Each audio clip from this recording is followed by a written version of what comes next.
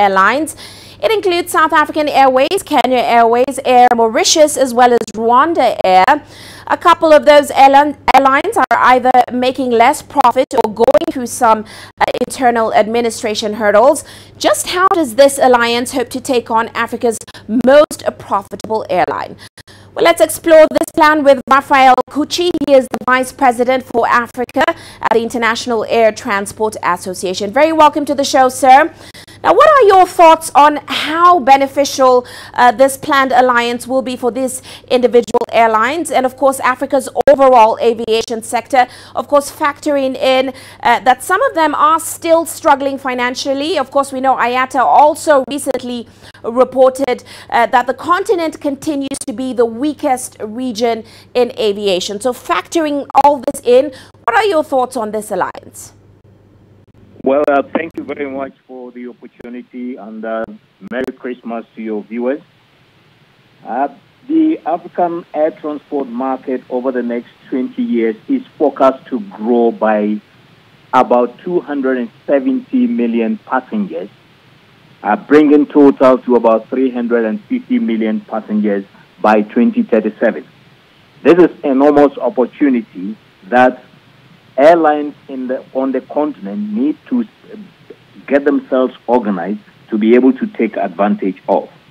Now, currently, African region is the only region in the world with the least airlines cooperation or collaboration amongst the operators on the continent. Now, if these four airlines that you just mentioned, were to work together, they would be able to strengthen and harmonize their networks to provide better connectivity to the continent, improve competitiveness, and generate more revenue. As you indicated, many of the African airlines are not profitable. By coming together, they would overcome the challenge of the small size, the low capital, and their narrow network, and be able to improve upon their profitability eventually. If you recall, in January this year, the African Heads of State Summit in Addis Ababa launched the Single African Air Transport Summit. The aim of this was to create the right environment for airlines cooperation so that they could better serve the continent, support the socio-economic development of Africa, stimulate business, create jobs, and improve trade and tourism. This was the impact. So for these airlines to be seizing the opportunity at this very early age, it is actually opportune for them. The alliance by the four airlines, therefore, is coming at the right time, and we think that it is going to help in liberalizing the air transport market further and create the enabling environment, taking advantage particularly of the Continental Free Trade Area that was signed in Rwanda a couple of months ago to boost trade and tourism across the continent. Now, of course, given some of their financial struggles, some would say that the Middle East carriers seem like the more likely suitors, of course, given the fact that they're more financially stable. What are your thoughts on that? Yes, indeed, the Middle East carriers could be potential partners in the African aviation, but so could also be the European, the North American, and Asian carriers. Beyond the financial capability that a potential partner might be bringing to a partnership with Africa, you would want to see that the two airlines might also have compatibility in terms of their network or complementarity in terms of their business models. There must also be a network alignment between what the other airline what network is operating and how the African network will complement that network. In addition, you also want to go into a partnership where both sides have something to gain and something to give. And in that regard, you want to enter into partnership with somebody who can bring in some expertise, for instance, technical competence, for instance, one who can bring in ability to maintain your aircraft, who can transfer know-how, who brings in some managerial competence to bear on your operations. And you, in return, might also be able to contribute the growing traffic from Africa that is going to points beyond. Africa is also very rich in human resource, even though it's still in a very raw state. But as far as the aviation is concerned, you can contribute the personnel that can be trained by your partner for the mutual benefit of the two sides. So it is not just the Middle East carriers that Africa should be looking forward to in terms of partnership, but they should be more open-minded so that they can get the right partnerships that they want to be able to support their businesses to grow. But it must, however, be said that partnering with non-African airlines should go beyond those who just have the money, as I indicated earlier. Airlines should avoid choosing partners solely on the basis of money, but they should look at other competence and also look at the future of the business that they are getting into. Well, going back to the benefits of this African alliance as well as partnering with Middle East airlines, are alliances and partnerships like this key to helping African airlines overcome the financial struggles and certainly improve the cost efficiencies we've seen them battling with in recent times? Indeed, working together with other partners will help African airlines overcome their challenges of small size, low capital, limited networks, and high operating costs, as well as their low profitability. This is very helpful. But in addition to that, African airlines will need governments to do more to make the industry in Africa more competitive. Governments should lower taxes and on passengers and on fuel, provide the needed infrastructure, and harmonize immigration and customs regulations to facilitate air travel. We need to see more active involvement of government to reduce the cost of travel and to promote tourism. We want to see a situation where travel is highly facilitated.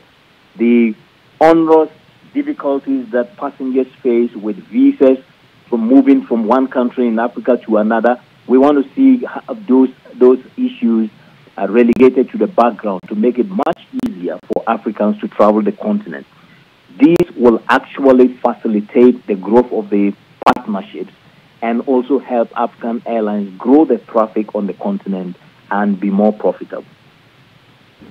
Now, as we mentioned earlier, an IATA report actually said that Africa is the weakest region in aviation. So how does this deal or this African alliance bear on your outlook for the continent's aviation sector going forward? Well, as I indicated at the beginning, in my initial comments, African aviation is forecast to grow at 5.9% year on year over the next 20 years. So by 2037, we expect that Africa should be carrying over 300 million passengers, up from the current 120 million passengers. Unfortunately, if the aviation industry in Africa remains the way it is today, African airlines might not be the beneficiaries of this growth. And this is why it is important that African airlines work together, African airlines find more efficient ways of bringing down their costs and growing their business so that they can be profitable. Now, in addition to the legacy carriers, IATA forecasts that going forward, we should be seeing some new model airlines, including low-cost carriers in some of the dense markets across the continent. And if we can be able to remove the bottlenecks that are currently hindering aviation and get these new model airlines come in, they would stimulate demand as quickly as we possibly can so that we can have more passengers traveling on airlines and we can have more cargo traveling on airlines instead of by road or rail. But this will not just happen. With air traffic movements growing, we expect to see governments continue involvement in improving safety and security across the continent. In years past, safety and security were very serious issues on the African continent. We have seen a significant improvement in the last 3-4 years, where Africa had 0 hull losses and 0 fatal accidents on the continent in the last 3 years.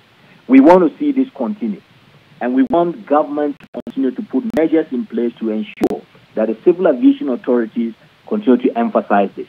We also want governments of African states to adopt the IATA operational safety audit as a benchmark for global safety.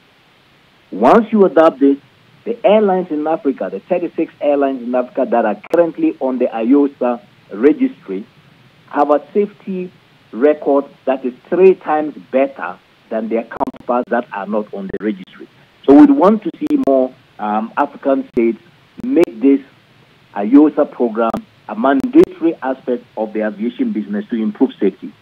But we also need government to invest in infrastructure, the right level of infrastructure at the right time to meet the growing demand of the aviation industry. And certainly, infrastructure is a key. We thank you so much, sir, for your valuable insight. Of course, that was Richard Raphael Kuchi. He is the Vice President for Africa at the International Air Transport Association. Well, let's shift focus now. Take a look at some of our other corporate headlines for the day.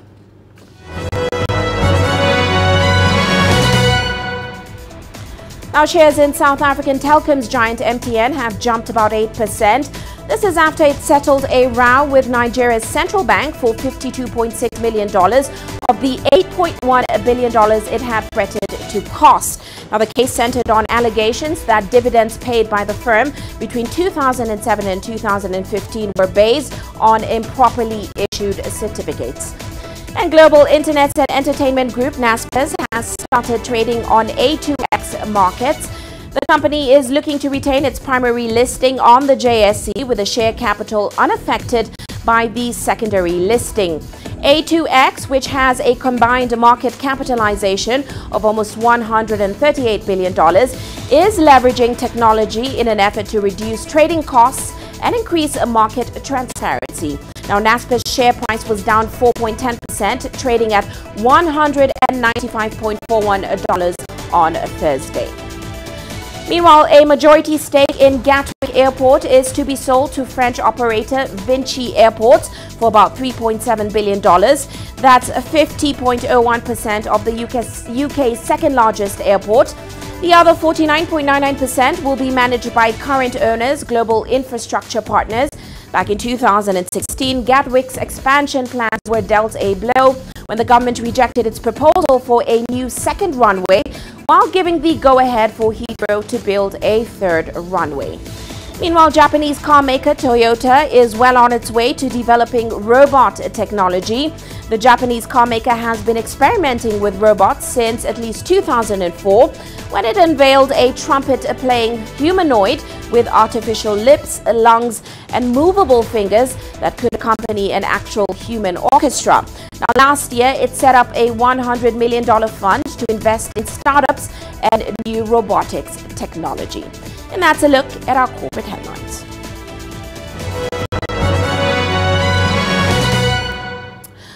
Well, let's head into a short break now. Still to come on the show.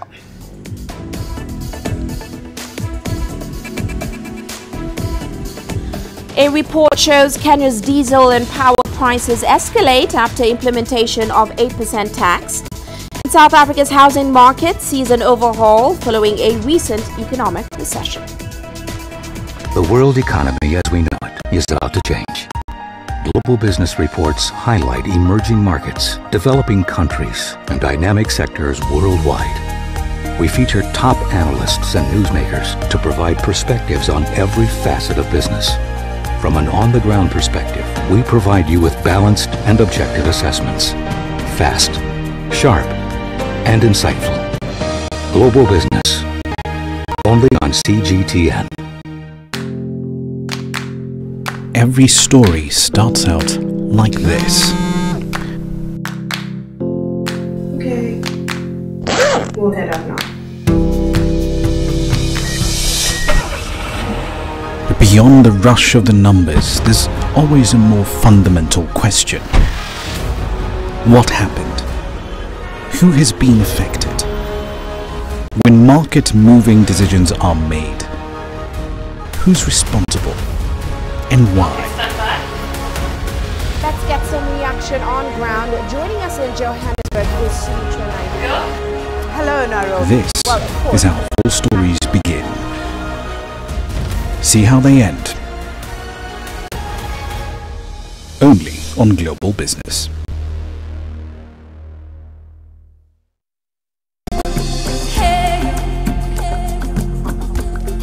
Accra is my kind of city. That's because when I'm here, I feel like I'm back home in Lagos or Abidjan, which are two of the major cities I grew up in.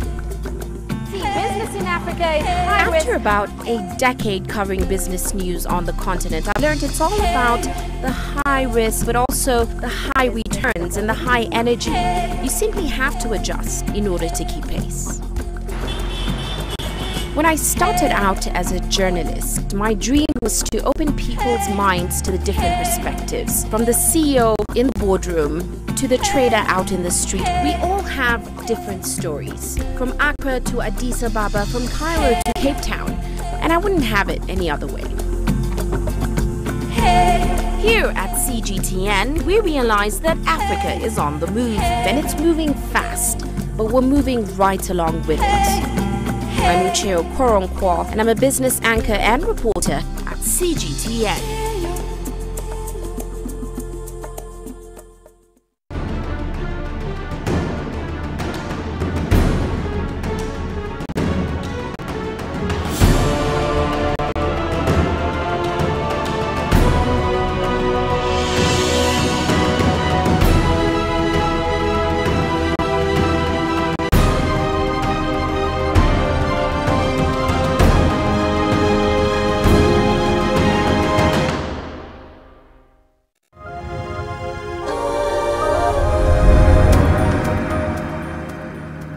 Welcome back. Let's head to Kenya now, where diesel and electricity prices shot up to the highest this year, suddenly putting upward pressure on the cost of basic consumer goods.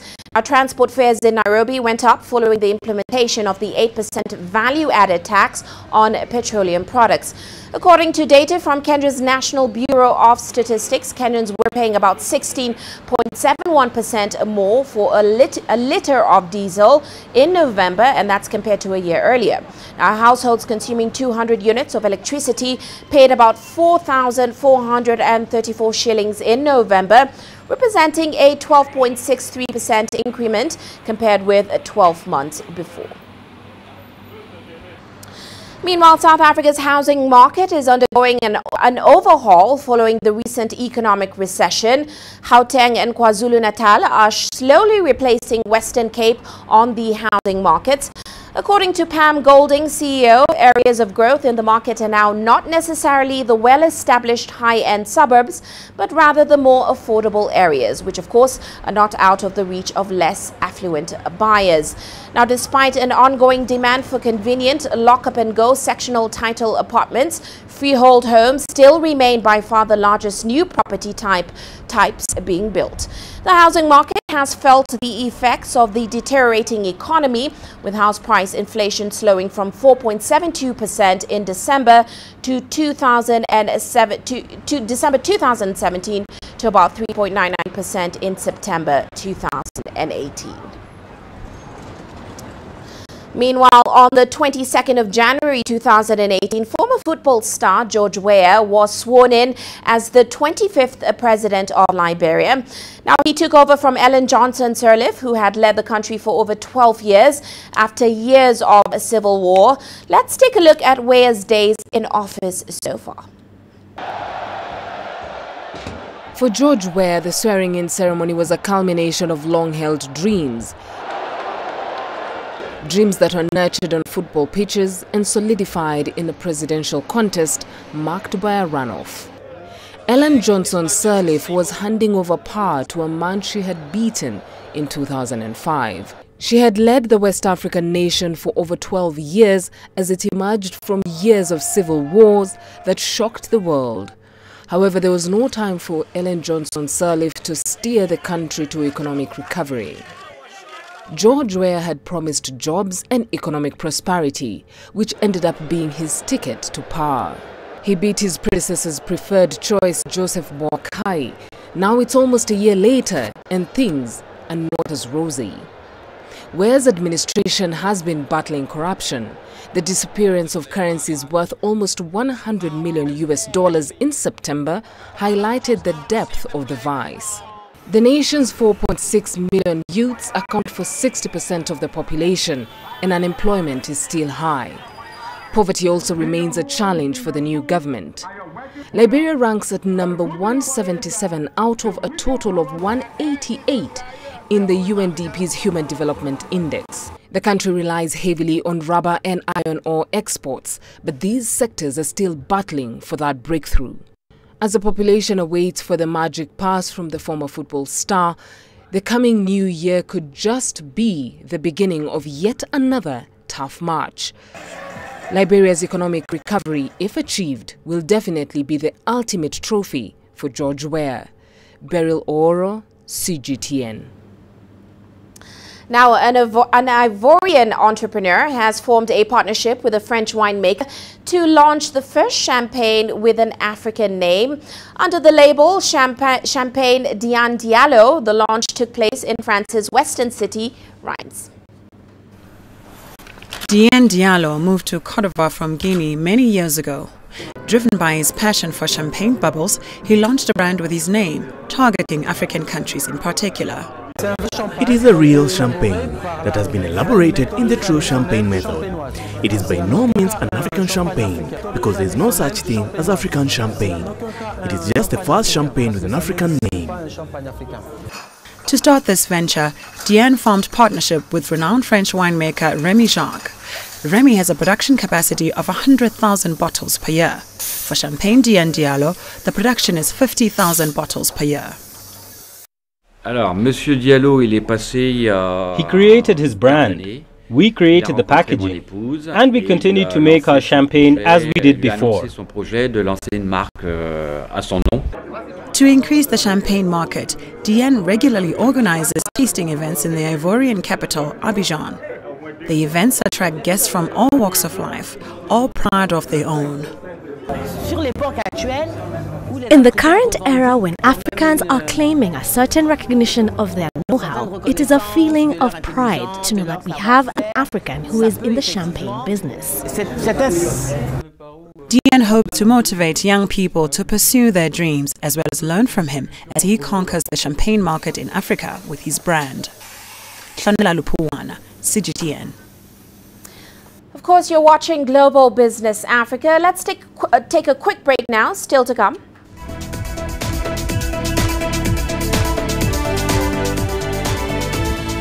U.S. stocks record the highest daily gain, and Venezuelan cocoa farmers suffer due to political interference.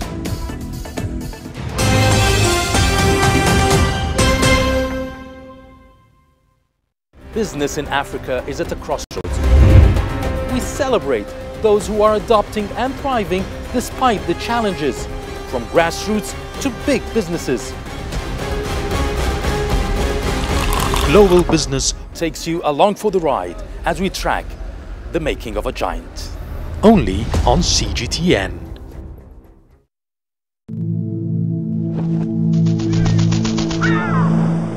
How will your world change today? What happens here? What happens there? Or what you make happen for yourself? If it matters to you, it matters to us too. Your stories are the stories that need to be told. Africa Live. Find your voice. There's more to this place than just glorious landscapes. There's more to it than just, say, Table Mountain or glorious, endless salt flats. There's more to it than countries that are home to some of the deepest mines in the world. There is so much more to this place, even if it is home to some of the finest diamonds on the planet. It is the sheer diversity of the people who call Southern Africa home, and the relentless drive to make it a better place that make it so special. And we know that because this too is home.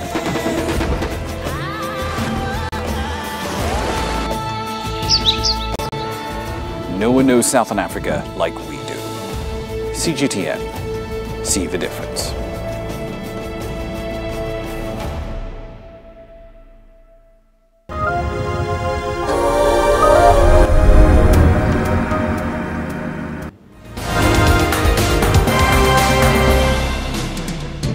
Well, let's recap today's headlines. Madagascar's Independent National Election Commission has announced the full provisional results following last week's presidential election runoff.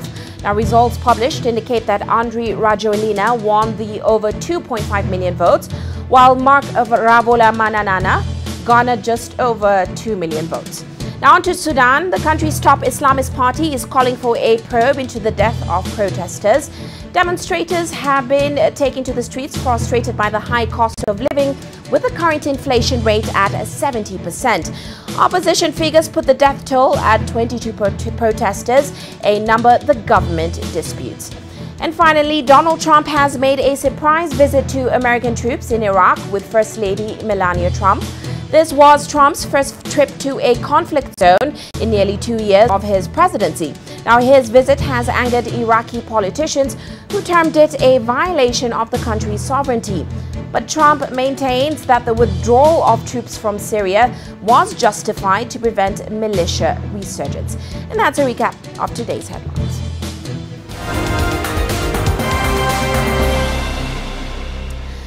Now, on the international front, the Dow Jones Industrial Average in the U.S. surged at least 1,000 points in a single session for the first time in a broad stock rebound on Wednesday.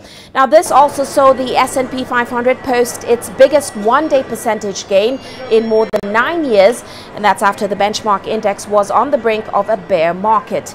The Dow Jones Industrial Average rose over 1,000 points, or 4.99%, to 22,878.65. The S&P 500 gained 116.63 points, or 4.96%, while the Nasdaq Composite added about 361.44 points, or 5.84%.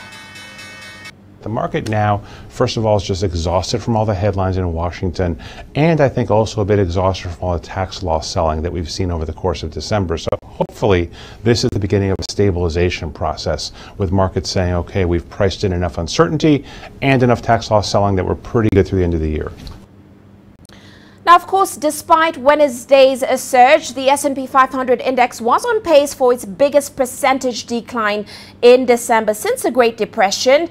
But just a few months ago, reports were saying that the American stock market had ushered in the longest bull market ever, more than 3,000 days. Now, as CGTN's John Terrett wraps up, 2018 has been quite a volatile year. Meet our guide to US stock prices in 2018. Not very talkative, I grant you, but packed with information nonetheless. It's one of the digital big boards on the trading floor of the New York Stock Exchange. Take a look at the big board, and on the right-hand side, in red, you see VIX. That's the volatility index, or the fear index. And there's been a lot of fear in 2018. Broker Peter Tuchman, who, unlike the big board, is very talkative, explains why. Three most important, and I think the first one to rattle the market were the problems with China trade, China tariffs, and the sort of incoherent policy coming out of Washington. Next, we've seen recently the possibility of a global slowdown, which is sort of a little bit out of my wheelhouse, but it's clearly something the market is paying attention to. And then I think the most important thing is interest rates. Historically, interest rate raises have been one of the biggest things to affect the market on a quarterly basis, so it's something we have to keep our eye on. There have been some extraordinary gyrations in US stock values this year. Swings of 500 points or more from red to green and back again, or the other way around, have been common. In the closing weeks of 2018, it was said you'd have to go back to 1931, 87 years, to find a worse December for the S&P 500. At some point in the year, almost every sector has been beaten up, from the banks to the retailers to the healthcare to the transports to the housing. But there is one sector that the big board is telling us was particularly badly hit with the volatility of 2018, and that is the FANGs, the big tech stocks that only a year ago were rising so fast.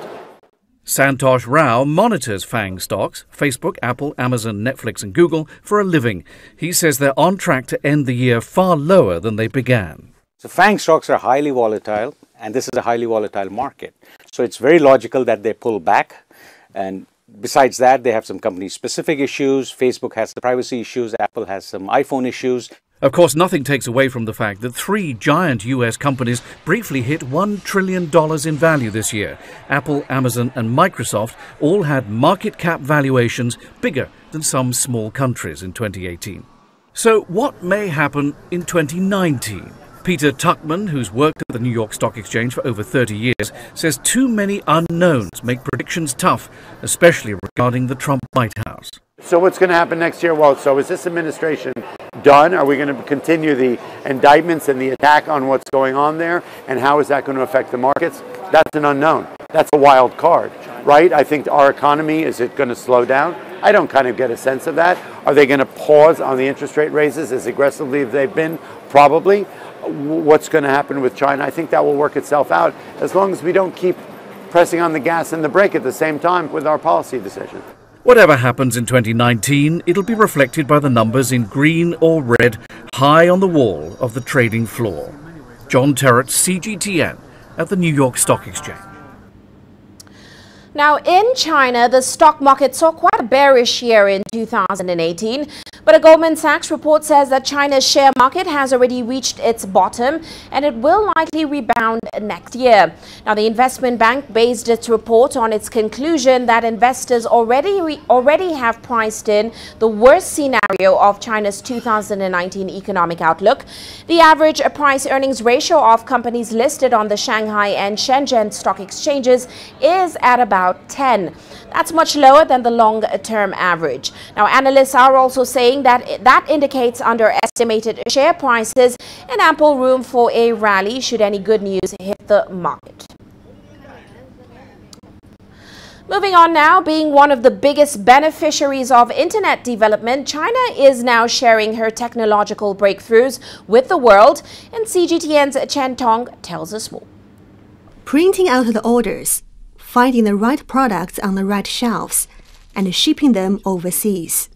This is online trader Chen Bo's daily routine. 8 years ago, he started selling small items from dolls and stationery to foreign buyers via cross-border e-commerce platforms. He doesn't need to travel overseas to find customers nowadays, and that has saved him 80% of his costs. He's also getting more orders. We get 10,000 to 20,000 orders a month. We also tailor wholesale products for customers, and those are worth an average of $50,000 to $60,000 per order. Two-way sales volumes on cross-border e-commerce websites exceeded 8 trillion yuan in 2017, and 80% of those were Chinese exports. And while China's e-commerce power has resulted in Chinese products going to more foreign countries, it has also pushed the foreign retailers to adjust their sales strategies. French cosmetics brand YSL started selling on its official website in 2014. But this year, the competitive market on e-commerce platforms has pushed the cosmetic maker to open a new store on Tmall. With consumers are shifting to online, not only buying product, but also knowing more brands, experience the brand. Of course, the way we are engaging with the consumers are shifting, or I would say become more diversified from only offline to online plus offline. Many famous foreign brands have all opened online stores to take advantage of China's huge demand. And with all of that, the international logistic firms are booming. U.S. logistic firm FedEx has been serving China for more than 30 years. An expanding e-commerce market has led to the company continuing to add more international flights to handle the huge volume of shipments. we can see that customer behavior are changing though. Other than the import and export, we can see that the e-commerce is developing well. Those really offer great opportunity to logistic company like FedEx. The country's internet innovations themselves have also come to play a significant role in marketplaces worldwide. Both WeChat Pay and Alipay have entered dozens of overseas markets, installing their payment systems in local shopping malls, airports, and even convenience stores. The initial idea was to benefit the Chinese tourists by making overseas shopping easier. But now, China's mobile payment system has become a model for study in other markets. WeChat told us in an email that in many foreign countries, mobile payment systems are not as popular as in China, and so the company is helping the foreign players upgrade. Alipay is doing something similar, and is aiming for 2 billion users worldwide. We hope to bring the China experience overseas. We have helped to create local payment systems in 9 countries and regions involved in the Belt and Road Initiative. These payments are helped by Alipay's technology and risk control system. Over the past decades, China has extensively developed the internet, which was created somewhere else. And now, China is giving its achievements back to the rest of the world. Chen Tong, ICS for CGTN, Shanghai. Well, let's head to Venezuela now, where 2018 has been a year of deep economic crisis for the Southern American country. Now, it is experiencing an astonishing rate of hyperinflation, crippling shortages of food and medicine, and as a result, a mass exodus. CGTN's Juan Carlos Lamas takes a look back at what it's been like for Venezuelans this year and the forecast for 2019. Money, how to get it and what it will buy. 2 big issues for Venezuelans. Lining up at cash machines to get bills which lose value by the minute. The IMF predicts hyperinflation in Venezuela will reach a whopping 10 million% next year. The minimum wage has gone up 6 times in 2018 alone. Yet that salary, the equivalent of just under $9 a month, won't even buy the few goods available on grocery store shelves. 2 bananas and 7 tomatoes. This is all the food I could buy with my salary for the next month. The Venezuelan government dropped 5 zeros of its currency and issued new bills over the summer, but cash shortages continue. Electronic payment methods often fail as well, and many people have resorted to bartering. If people don't have the cash to pay and are unable to do bank transactions, they just pay with food or medicine, which are things we all look for and need. Venezuela's National Council of Commerce and Services estimates between 40 and 45% of businesses across the country have closed down.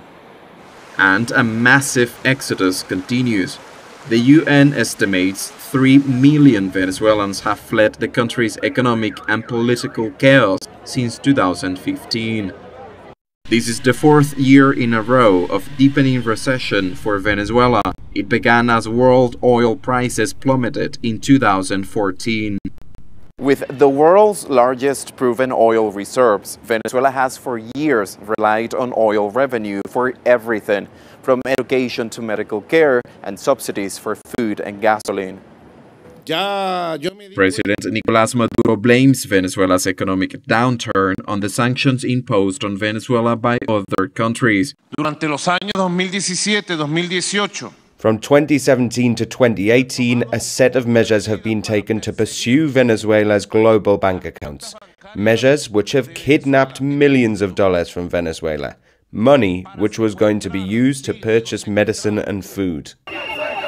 Dozens of protests take place across the country every week over the lack of food and medicine, drinking water, electricity, and gasoline.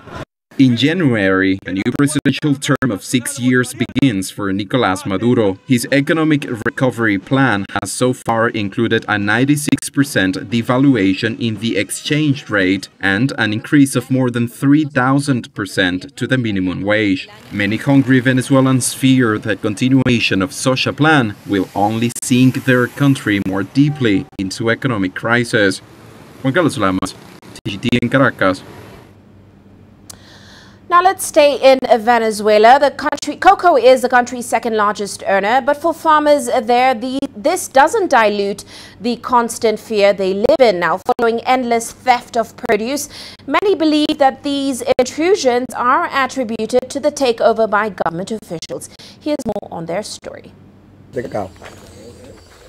Cocoa farmers in Venezuela have been living in anguish following the constant theft of their produce.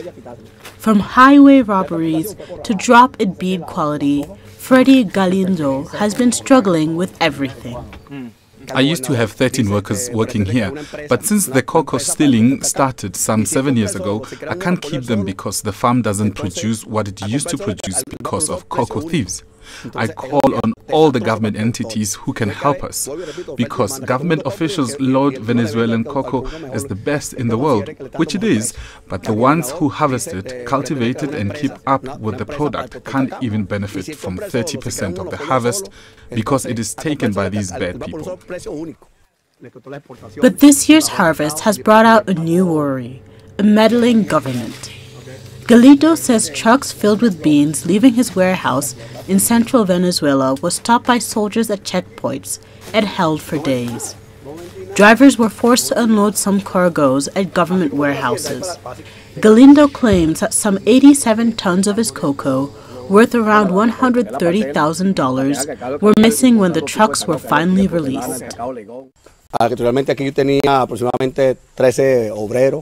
The governor says he wants to create a company to export cocoa. And if he's the only one buying, creating a monopoly, it will mean there's a fixed price, and what would be devastating for growers. There has to be supply and demand where everyone buys and you sell to whoever gives you the best price.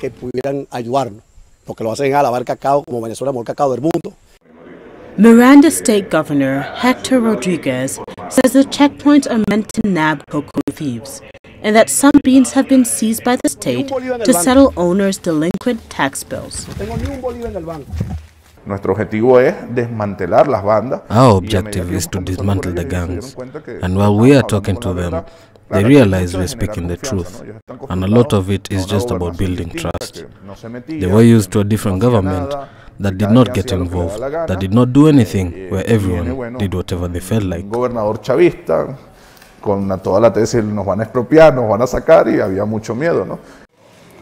Other traders here in Miranda State, Venezuela's #2 producing region, have reported similar delays and confiscation in recent months. They did not sit down with us in reality. The impact was so big that the trucks that went out, the government held to put pressure on the private businesses to deliver them goods at no cost. But then we already had commitments with other companies, so we could not do it because oftentimes the cocoa is already paid for. So we hope that now, with this harvest, it won't be like the last harvest in which there was a lot of fear and it was just horrible. We still have cocoa from the last harvest that we haven't shipped, precisely because of the fear that they would take it from us. But the shakedown has unnerved growers and traders who fear their industry is being targeted for a government takeover. Cocoa theft has become a big problem in the Miranda State region as Venezuela falls deeper into economic crisis. While state officials have not forced local cocoa growers to use its organization, many here fear the government's entry into their trade is a preview of things to come. Astatal, CGTN. And on that note, here's a quick look at how commodities performed today. Gold prices rising, of course, as global growth worries And volatility in stock markets boosted demand for the safe haven metal. However, we did see gains capped by a sharp rebound in equities. Meanwhile, oil prices falling over 1% today. That's after soaring 8% in the previous session. It was impacted by worries over a glut in crude supply. Of course, concerns over a faltering global economy suddenly pressured prices, even as a stock market surge offered some support today. Let's take a short break now. Still to come.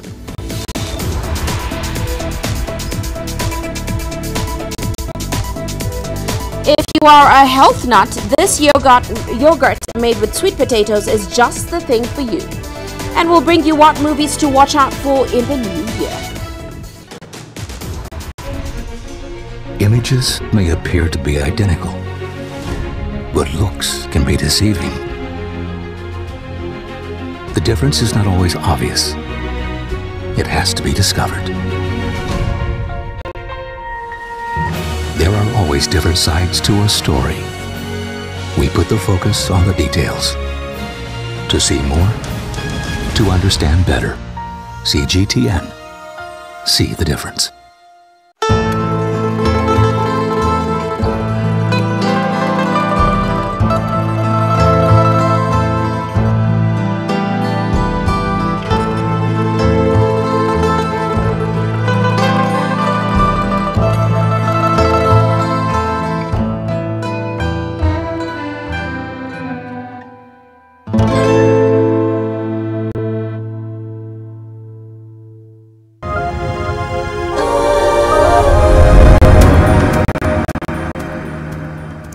Welcome back. Now, going down south of Africa, a young entrepreneur has found a unique and healthy way of manufacturing yogurt using sweet potatoes.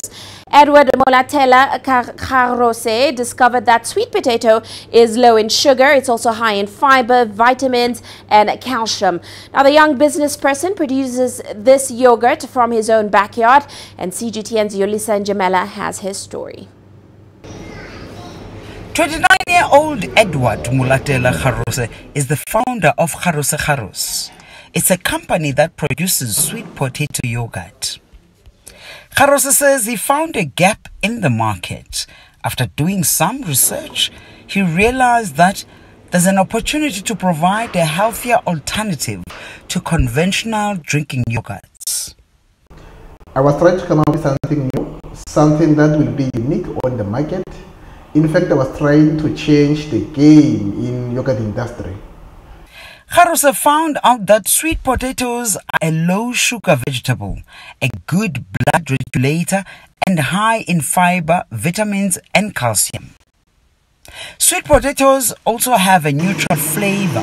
They can easily blend with other flavors, and therefore, it's easy for him to produce the sweet potato yogurt in different flavors. I looked at the health benefits of the sweet potatoes, then I found the sweet potatoes to be more healthier than ordinary fruits that they use when they produce the yogurt. The young entrepreneur purchases the sweet potatoes from local farmers. We start by buying the sweet potatoes from the small scale rural farmers. Then we transport those sweet potatoes to our factory, to our mini factory in Polokwane. Then we start by cleaning the sweet potatoes, we wash them, and after washing them, we cook the sweet potatoes. After cooking the sweet potatoes, when they are well cooked, we peel off the skin of the sweet potatoes. After peeling off the skin, we blend the sweet potatoes, adding different types of milk. Since Kharose started his company in 2015, he has managed to employ a small dedicated team that produces a number of units every day. Kharose is one of the young people who have heeded government's call to consider entrepreneurship to help grow the economy and create more jobs. I was creating my own employment. I was creating my own job for myself and other unemployed youth in Polokwane, especially the unemployed rural youth. Comfort Palane is one of those employees. It's so much fun going out there to the customers, because a lot of people will tell you that they don't eat sweet potato at all. But then when you go out there to tell them about this product, and you say this is a sweet potato yogurt, everyone seems to be so impressed. His products are now available in 2 local retail stores in Polokwane, his hometown. Yulisan Jamela for CGTN in Polokwane, Limpopo Province, South Africa. Now, 2019 will be over very soon, but according to critics, 2019 will be a year of many more pleasant surprises, especially when it comes to Hollywood films. Here's a sneak peek into the long-awaited movies into the new year. Memories. I see flashes. The most anticipated movie for some is Oscar winner Brie Larson's launch into the Marvel Universe, as the title character is Captain Marvel, which will be released worldwide in March. The movie is the first female-led and female co-directed addition to the Marvel Cinematic Universe. Another highly anticipated superhero offering is the 4th and final Avengers movie, Avengers Endgame, directed by Anthony and Joe Russo, who were also behind the previous installment, Infinite War. The movie is expected to meet audiences beginning late April. And there is more Star Wars to look forward to. Then we have the next Star Wars main episode, J.J. Abrams going back to direct that. The Last Jedi caused some controversy with fans and with critics, so it'll be really interesting to see if he kind of returns back to basics.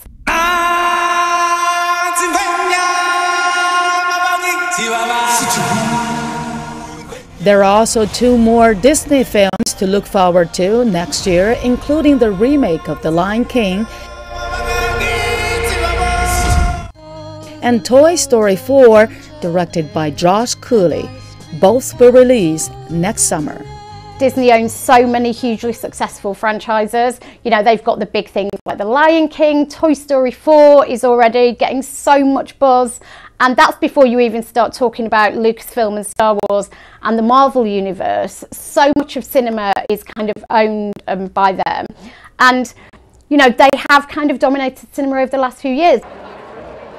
What's more, Martin Scorsese has teamed up with Netflix to make his passion project, The Irishman. The crime drama stars his longtime collaborators, Robert De Niro, Al Pacino, Bobby Cannavale, Harvey Keitel, and Joe Pesci. The Oscar-winning director called the big-budget film risky for Netflix. I mean, it's Scorsese, and he's bringing back all his amazing cast from all his films over the years. It's just going to be one of the moments of the year. And that's with Netflix, because Netflix have both the kind of creative seal, they have the budget, and you feel that that's a place he can really innovate and get the financial support he needs to make the film he wants to make. The Irishman will be available for streaming on Netflix, but will also get a theatrical release in 2019. CGTN.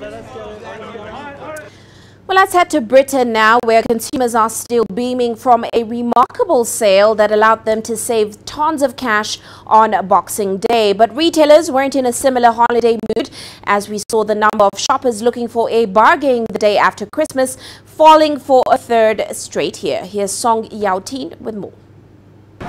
Many retailers across Great Britain offered huge discounts on Wednesday in an attempt to recover from slow Christmas sales. For children clothes, so I enjoy coming every year, and it's quite cheap, fair, reasonable prices. I almost purchased these on the day before Christmas, and they told me to come back today, so I got a much better deal.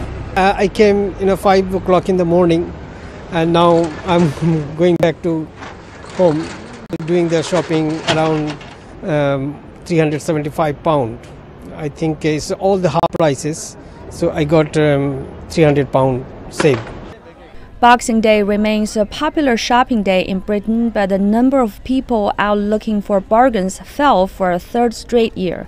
The average footfall in Britain's high streets and shopping centers for the day was 3.1% lower than last year. That's according to retail intelligence specialist Springboard. Analysts cited several reasons for the drop, including a sluggish British retail market. Many retailers also had already offered discounts during the Christmas season, and that diluted the number of customers seeking additional bargains. At the same time, 69% of the customers surveyed expressed a desire to shop online. That was higher than in previous years. Song Yaotian, CGTN. Now, before we close, here's a quick look at how African currencies performed today. We saw South Africa's rand largely flat in mid-morning deals as, of course, traders refrained from making any large moves in light year-end trade today. We can now expect some volatility with the rand potentially pulling back to about 14.40 rand per dollar as, of course, the risk aversion tapers off and the dollar remains under pressure for the rest of the year. Well, that's it for this edition. Remember, you can send your feedback to the contacts on your screen. You can also follow us on our various digital media platforms. A quick reminder that tomorrow we will be bringing you a wrap of the stories that made headlines this year from about 17:30 GMT. From Uche Okoronkwo and the rest of the team, have a happy new year and thanks for watching.